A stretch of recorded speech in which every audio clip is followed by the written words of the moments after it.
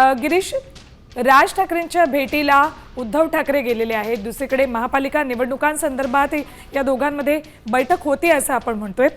एकीकडे भाजपने चंग बांधलाय की मुंबईमध्ये महापौर असेल तो भाजपचाच, आणि इकडे आता राज ठाकरे उद्धव ठाकरे जर एकत्र येत असतील तर निश्चित भाजपला एक कडवं आव्हान प्रतिस्पर्धी या दोघांच्या माध्यमातून उभा राहतोय.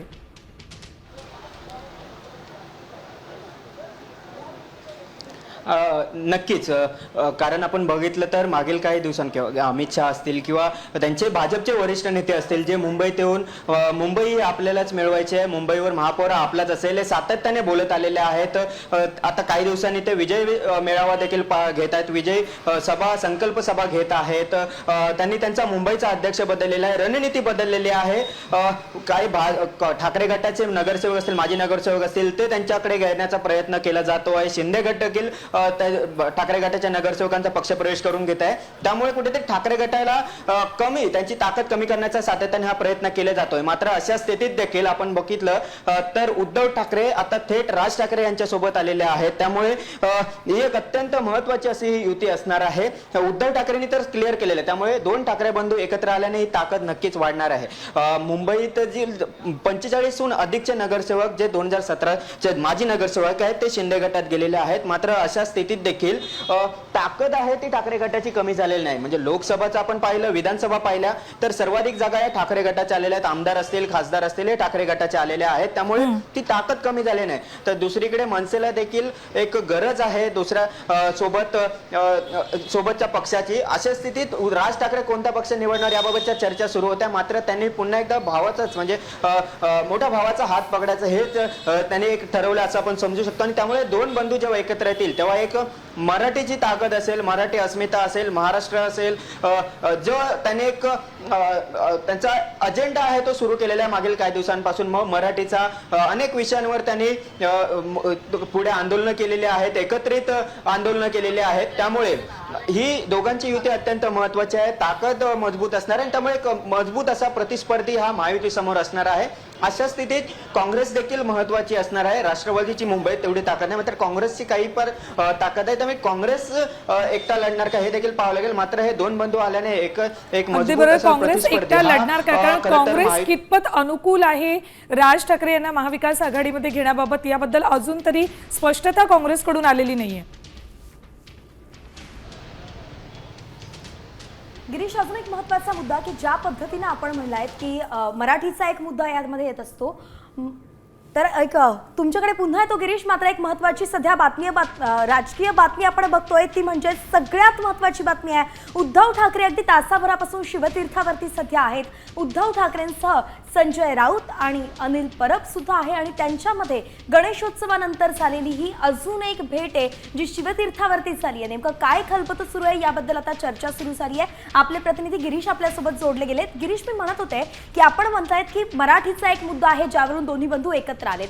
मात्र जर आपण वोट बँकचा विचार केला तर उद्धव ठाकरे यांच्यावरती नेहमी असा विरोधकांकडून खरं तर आरोप केला जात असतो की ते मुस्लिम बांधव जे आहेत त्यांचंही वोट बँक त्यांच्याकडे असते. आणि आता अर्थात ते महाविकास आघाडीचा भाग आहे ज्यामध्ये मुस्लिम ही वोट बँक काँग्रेसकडे जाताना दिसते, आणि म्हणून अनुकूलता एक तपासली जाते.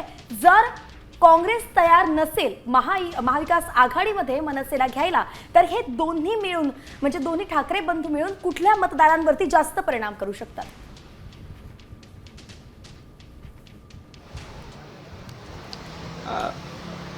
नक्कीच, ज्या पद्धतीने आरोप हे उद्धव ठाकरेंवर होतो की मुस्लिम मतं ही आता त्यांच्याकडे आहेत किंवा उद्धव ठाकरेंनी हिंदुत्व सोडलं आहे.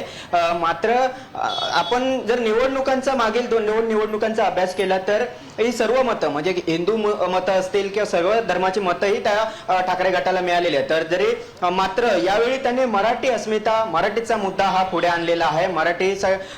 मराठीची मतं ही अत्यंत महत्वाची असणार. इतर धर्माची देखील मतं असतीलच, कारण आपण बघितलं तर इतर धर्माच्या कार्यक्रमांना देखील उद्धव ठाकरे सातत्याने जात राहिलेले आहेत. आणि जर एक प्रामुख्याने आपण बघितलं तर मुस्लिम मतं देखील आता उद्धव ठाकरे यांच्याकडे वळलेले आपण पाहिलेत. मग लोकसभा असेल, विधानसभा असेल ही त्यांच्याकडे वळलेली आपण पाहिलेले आहेत.